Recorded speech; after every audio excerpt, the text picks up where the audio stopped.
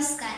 अहिल्याबाईंचे जीवन म्हणजे काय आहे? अहिल्याबाईंचे जीवन म्हणजे काय आहे? दीनदलित गरिबांची आई म्हणजे अहिल्याबाई, हरलेल्या पिसलेल्यांची दाई म्हणजे अहिल्याबाई, लवलवत्या लेखणीची धार म्हणजे अहिल्याबाई, भ्रष्टाचाराच्या कानाखालचा जाळ म्हणजे अहिल्याबाई, शेपटजीनं नाकारून हिंदुस्थानाच्या मातीला अस्मिता आकार देणारी अहिल्याबाई, हिंदुस्थानाच्या मातीला मूर्त रूप आणून देणारी एक वाघीण म्हणजे अहिल्याबाई.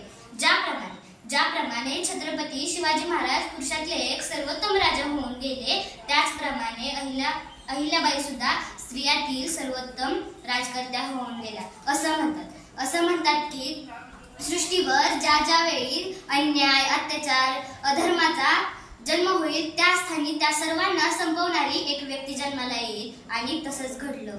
31 मे 1725 रोजी माणकोजी शिंदे व सुशीलाबाई यांच्या पोटी एक कन्या जन्माला आली. ही तीच अहिल्या आहे जिने सत्याचा मंत्र वापरून विकासाचा तंत्र या हिंदुस्थानाच्या मातीत रोवला.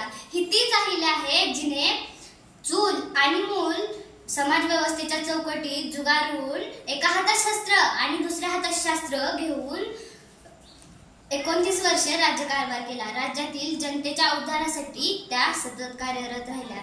भारतात अनेक ठिकाणी त्यांनी धर्मशाळा, कुंड, मंदिरांचा जीर्णोद्धार केला. घाट मंदिरे विहिरी बांधिल्या, समानतेला रंग आणि राव, लोकांसाठी भेद विसरल्या, अहिल्याबाई तिचे नाव, अहिल्याबाई होळकर तिचे नाव. असं म्हणतात की मरावे परी कीर्ती रूपे उरावे.